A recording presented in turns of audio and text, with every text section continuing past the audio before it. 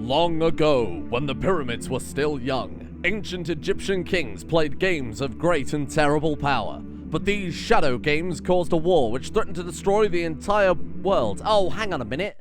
Shit, that's Yu-Gi-Oh! I meant to have the script for the Bronze Age's Total Conversion mod for Crusader Kings 3. Welcome back, everybody, to that very same thing.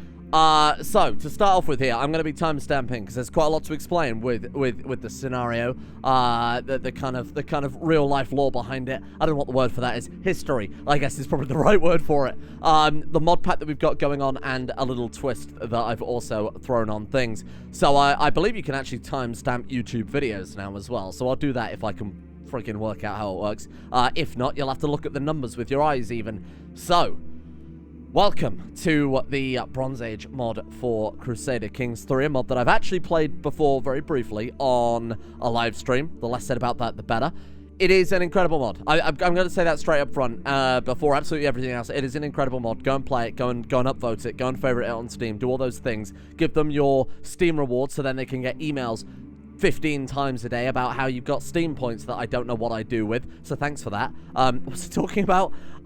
So here we are in the Bronze Age mod. Now, of course, along with the Bronze Age mod, I've also added some other mods of flavor, but I'll get more into that soon. What is the theory behind this series? So, of course, yesterday I asked you guys what you wanted to see from a CK3 series, just kind of ideas. I had some things brewing anyway, but I want to see if anybody can come up with a better idea, so that I have to do less of my job. And many people came up with some really, really good ideas. Some of them are mired in mystery and circumstance and history, which I'm a big fan of. And the actual top voted post on yesterday's video was that of the Sea People, which, I'll confess, I actually knew nothing about. I don't really go back this far in history, I'll be honest. The only history I really do read around is, like, linguistics history, and not city-states warfare, or, the Nazis, as we know, one of the only two times that existed in history, along with Rome. So, I don't really know a huge amount about it. So, I've read up on this, and it seems really friggin' interesting. I kind of, what's the best word for it? Apocryphal? Semi-mythological might be the right word for it. No, probably not. Very, very heavily debated around the origins and the backstory. There's a lot of different theories behind who they were, where they came from, what they were. You know, whether they were Etruscan, Italian, I think there was Troy, Philistine was another backstory I read about. Or my personal favorite, and the one we're going to be exploring this campaign with a little bit of a twist on it, was Minoan. Specifically, Minoan in this time period is the island of Crete, or as we're calling it these days, Crete, for some extra vowel score in Scrabble there. So that is where we're going to be starting off here. Now the Sea People were this kind of warring group. Again, it's very nebulous, and I've only really read up on it today, but apparently they caused things like the fall of the Hittite Empire, which is up, I believe it's this fella up here, might be wrong on that, again, not an expert.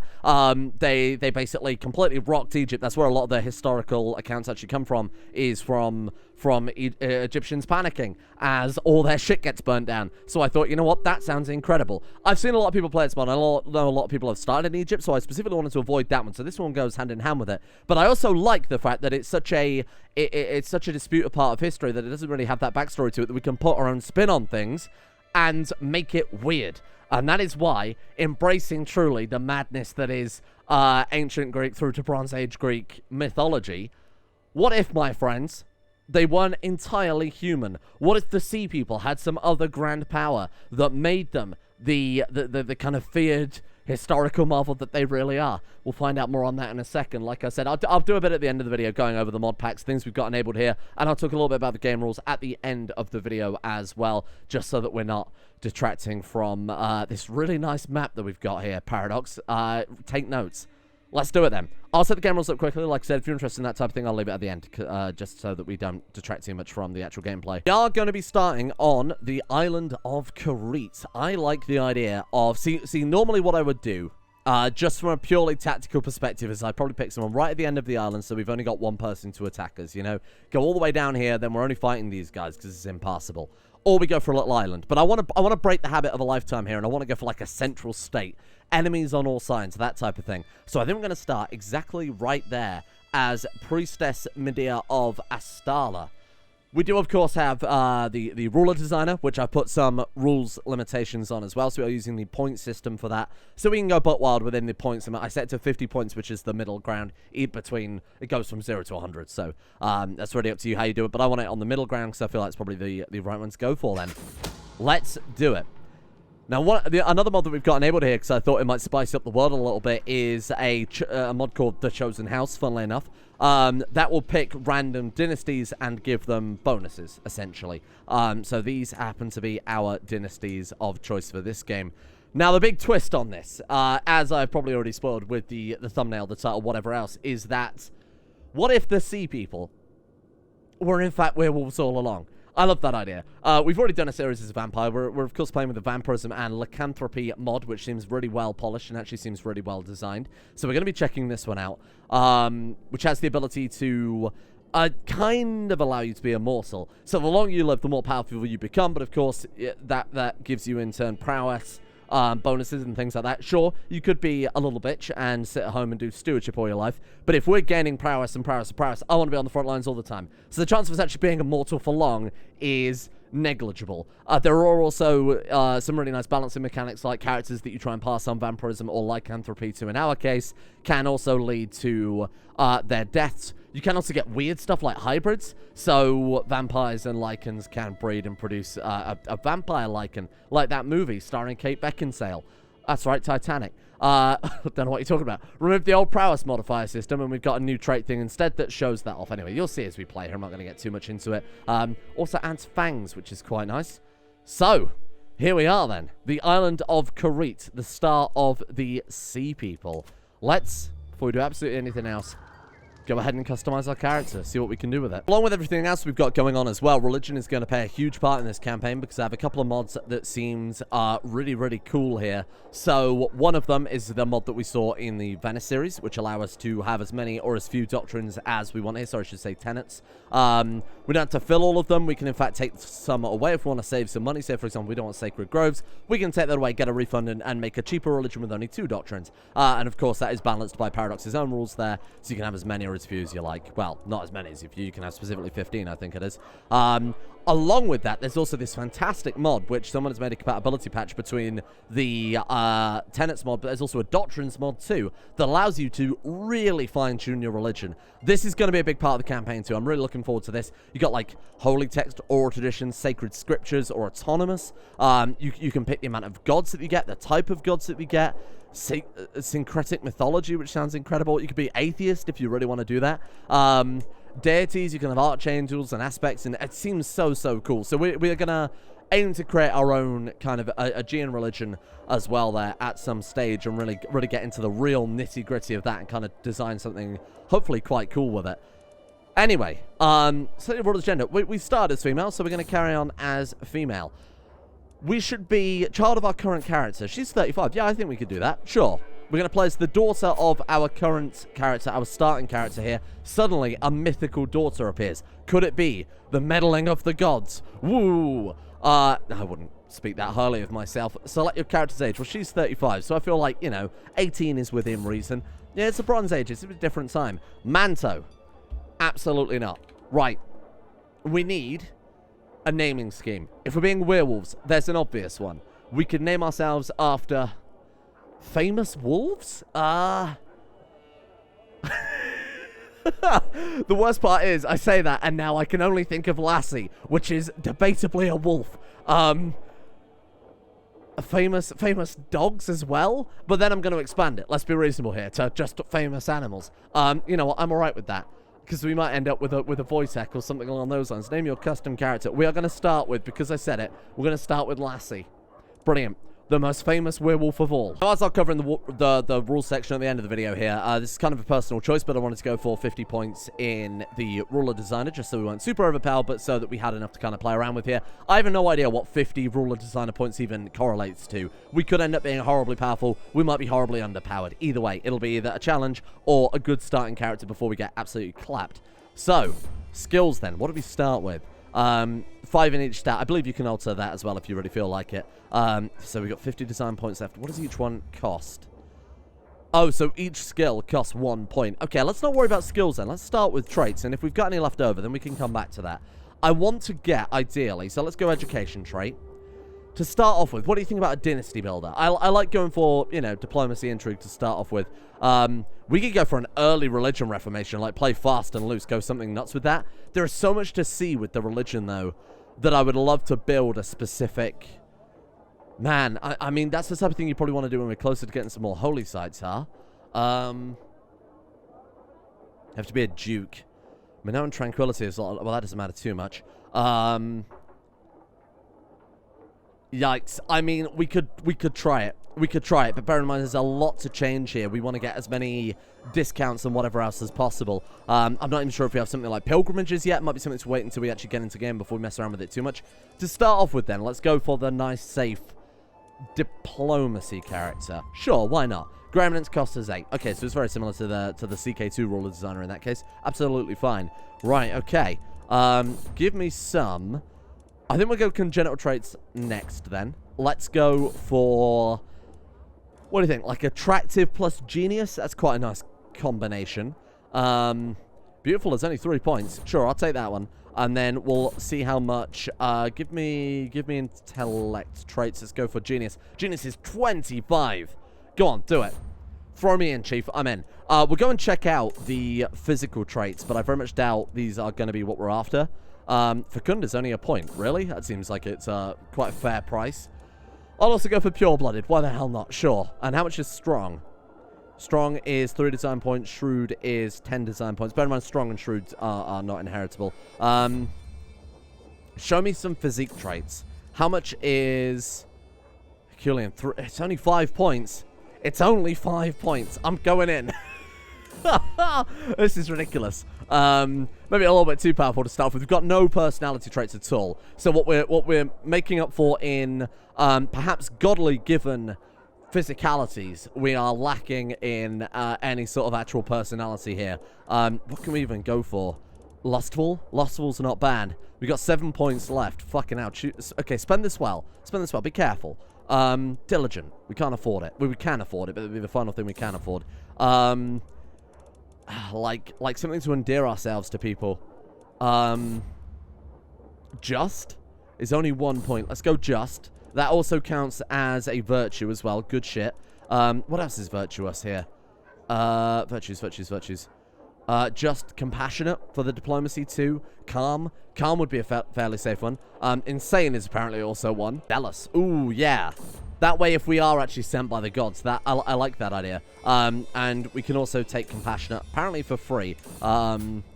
Which I assume was maybe just an oversight, if anything else. Yeah, that's fine. Not at all overpowered. I actually feel like it's a little bit too strong. Let's go ahead and take away Amazonian, just because I feel like it's a little bit too much. Yeah, go ahead and get rid of that. There we are. I feel a little bit better about our character now that it's not hyper OP.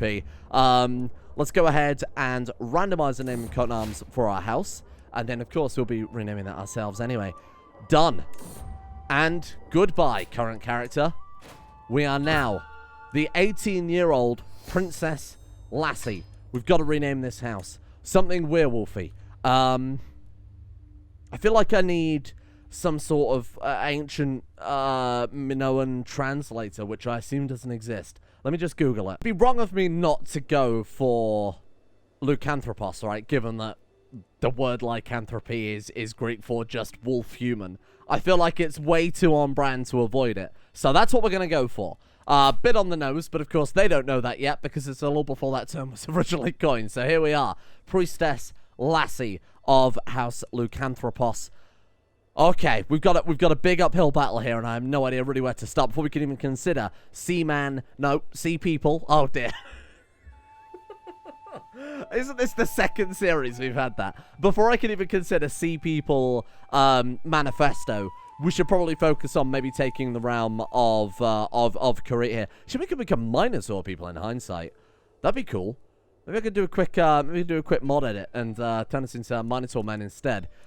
A husband for you. I have no idea if we're going to find a husband even remotely worthy of our starting character here. See if we can go for inheritable. Genius, intelligent. I mean, it's not up for debate here. I mean, this guy's not bad. Uniwas, Chain. genius. That's something. We could go for a Herculean guy and try and breed it back in. That'd be pretty fantastic, huh? I feel like I have a duty to the realm and to our dynasty to marry this genius man. And just pray that he inherits some of the other traits as well. Do it. You will not gladly accept your hand in marriage. May Kronos bless our union, my benevolent wife. Thank you. Much appreciated, my friend. So here's a blacksmith master. Of course, we do have a lot of other mods as well. Additional traits mods. We've got interface mods, which apparently aren't working because I have one that supposedly disables the message feed, but that's okay. What does that do, huh? Look at this. Cool. Blacksmith Master, Martial +4, Stewardship +4, and Control Growth +15. I wonder how the hell we get that, because that's awesome. Okay, very cool. He counts as an organized Hellenic faith there. Both considered a stray, which is quite nice to know. I wanted to check that very briefly, just so that we won't immediately button heads with our husband over who worships what. That's not ideal. And categorize debug. Good as new. Except for that bit, don't worry about that too much. To be fair, we can't do anything with it. It says debug, but it's like a legitimate... it's a legitimate decision what the AI actually considers. So, hey, there we go. So, what the hell do we do then? Where do we start? No player error. That's a bloody great place to start. And, of course, we got nominate successor and yada, yada, yada. Okay. Give me some diplomacy, brother. For I would very much like to make people my best friend. Family focus. We were placed here by the gods themselves, I assume. So let's embrace that a little bit and try and propagate the dynasty a tad. Do I want to nominate for Urban Confederation? What is that? Hello. Excuse me, if I can press the right button, I'll let you fucking know. The short kingdoms and the high kingdom of Crete. Okay. So you got 1, 2, 3, 4, 5, 6 duchies inside. So it's Urban Confederation. Here we are. The rulers of the de jure cities elect the next ruler, with each elector having 1 vote held per city. That's quite cool. I like that idea. Okay, fine. So we do get a vote there. That's probably not going to really help with things too much, but that could, with a bit of well-placed diplomacy, get us elected without even have to lift a single sword. Having to bring out a single dude. We could see what we can do with that. Okay. Who do I want to vote for then?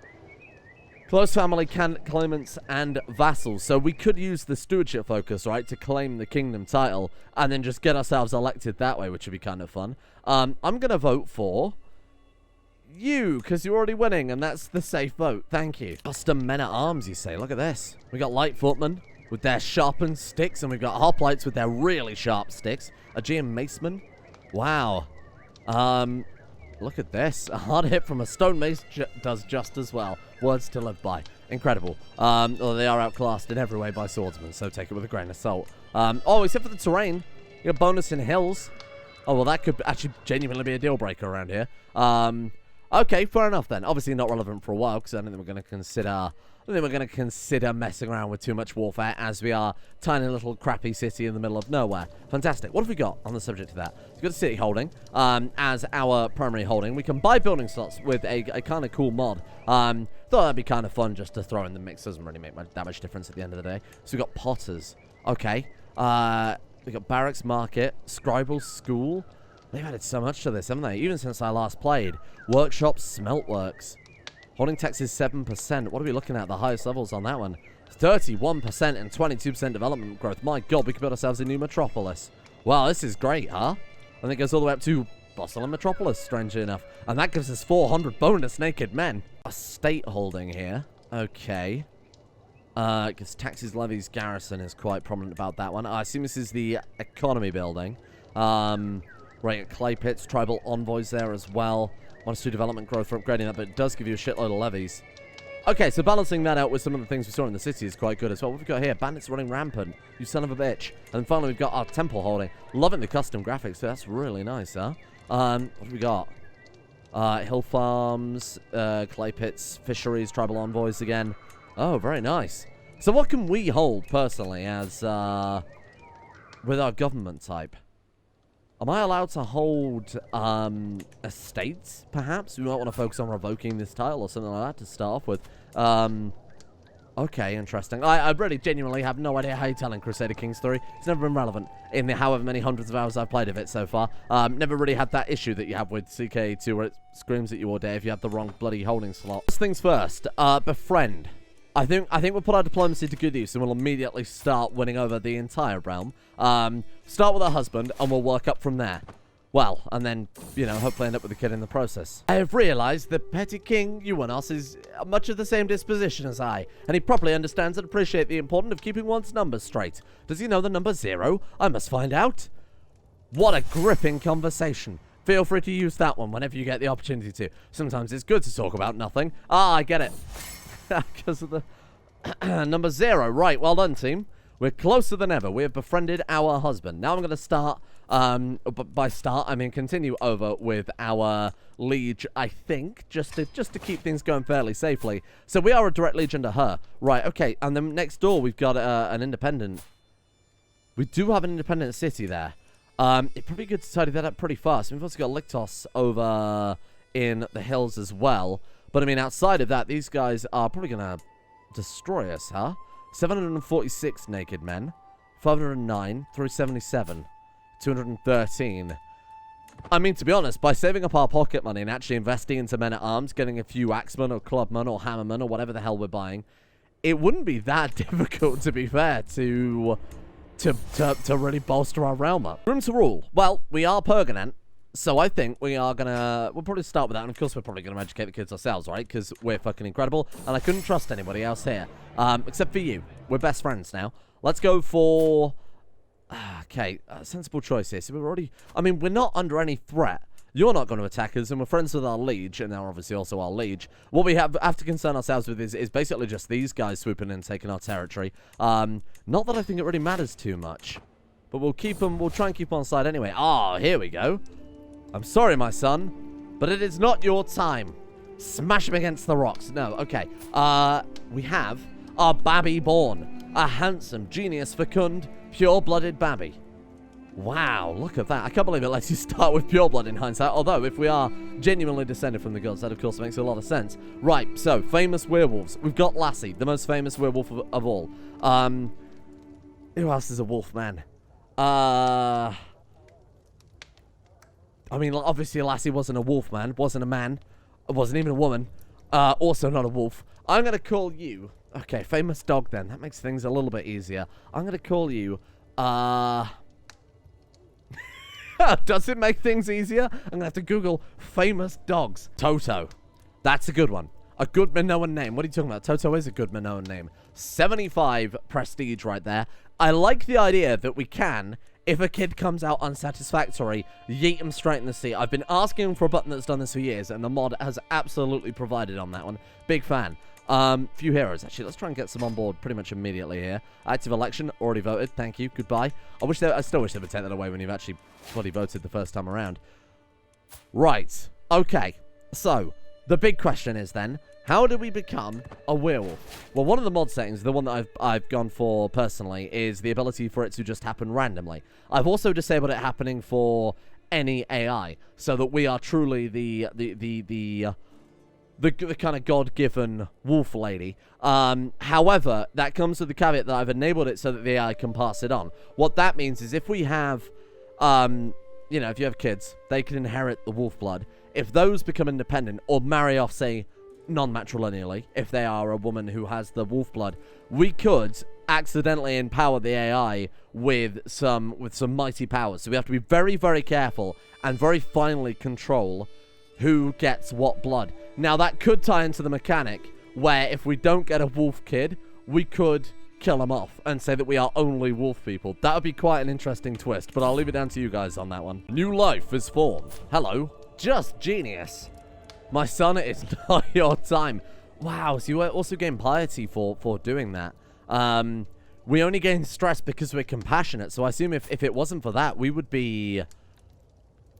just be able to blitz kids, chuck them off the mountain. That is phenomenal. I shouldn't be so happy about that. That's a bit fucked up.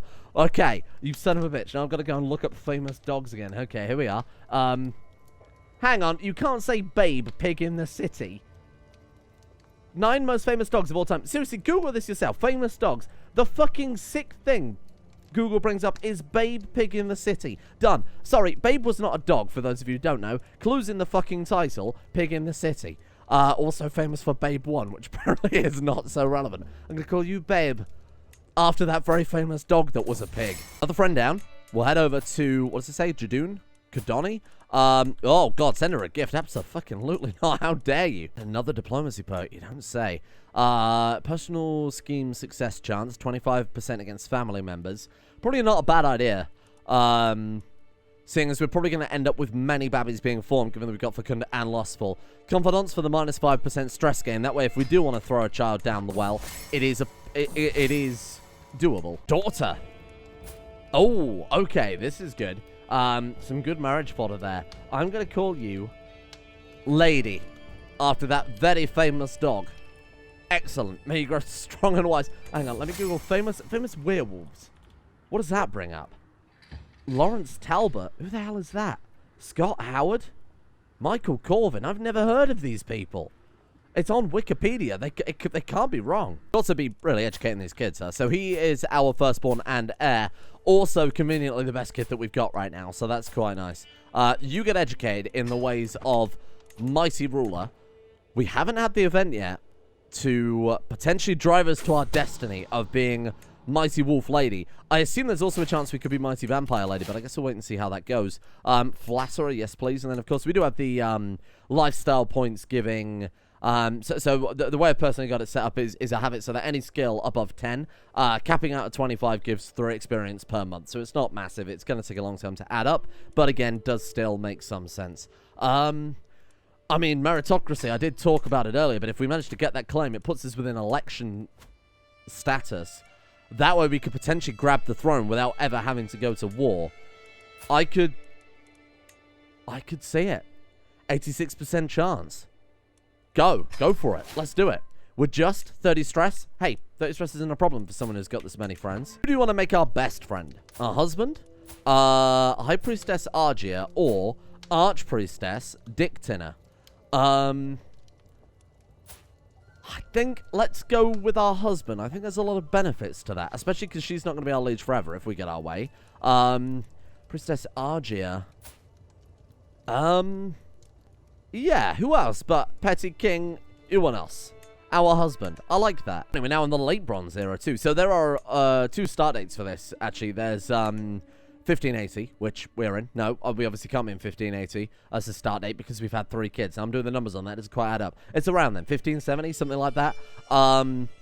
The other one is like 2500 BCE. It's like, no, like 2300 BCE. Something like that. Hundreds of years beforehand anyway. So we're starting with the latest start date, but obviously, of course, latest start date is very much relevant here. 35 extra stress, but we do gain plus 20 to that. So the success chance. Well, we're already at 86, so fuck it, why not? We go for that one, then if it comes up again, we don't have to worry about it too much. Or a child. Hey, there we are. Sure, Lassie is fine. He suggested it. And we've got more than many children already. What a turnaround, huh? What a great start to the dynasty, too. What is this? We're on our way to visit one of your vassals for a feast. Prepare him on. My god, we've been assassinated already. Fuck. All seemed well when we started taking crossbow fire from the woods. We were being ambushed. My guards fought bravely to protect their liege, but we were outnumbered to take by surprise. Not many of us remain. Should I join in the fray? You will pay for this, you cowards. Charge in. It's 87% chance of survival. Get in there. Who's she? Argia. A wandering, righteous adventurer. Oh, ho, ho, ho. After what feels like hours, but must have been mere minutes in truth. Only one guard and I remain on our feet, bloodied and deeply wounded. Our chances seem quite slim. I remember this particular guard. She never spoke much.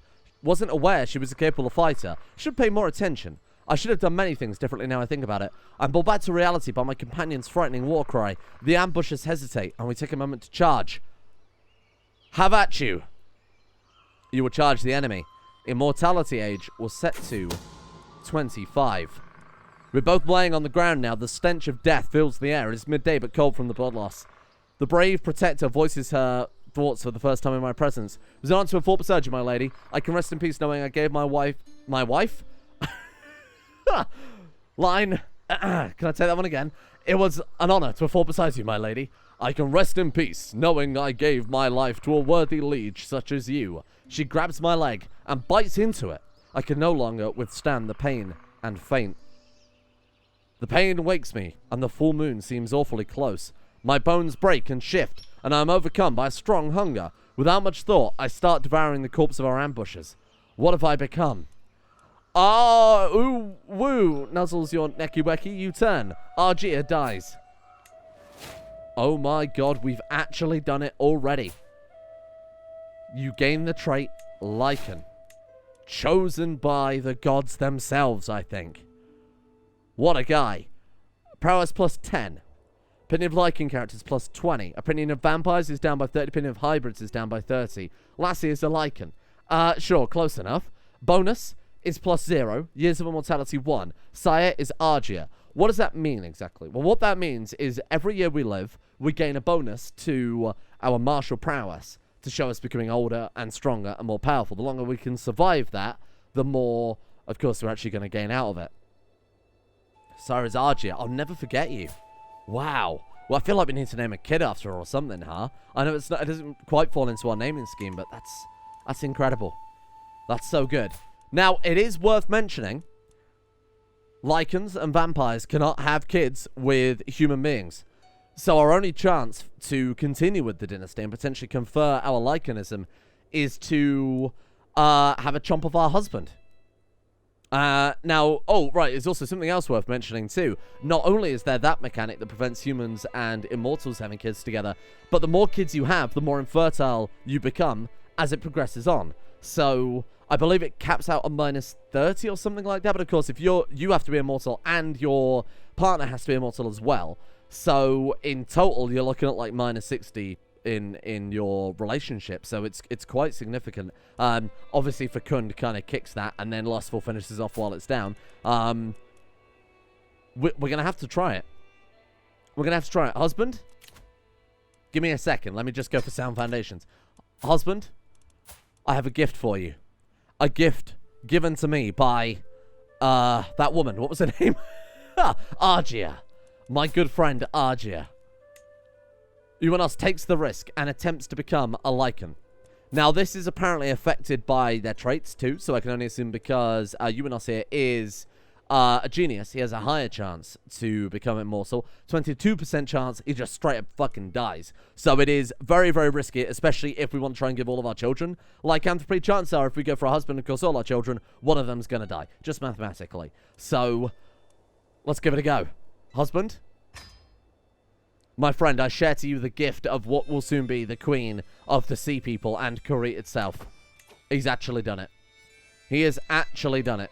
He did it, he survived, and he has ascended to the power of mighty Lycan man. And we're also beside that. So I assume he, because he has the same amount of kids as us, because they're all, funnily enough, his kids, he also gets the minus 30%. Wow.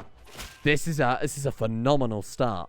A tiny little dynasty on a tiny little island, unassuming. Everybody thinks, man, she's good with words. What they don't realize is she's also horrifying wolf/dog creature. With that, my friends, thank you all for watching. What a bizarre start to a bizarre series in a bizarre world.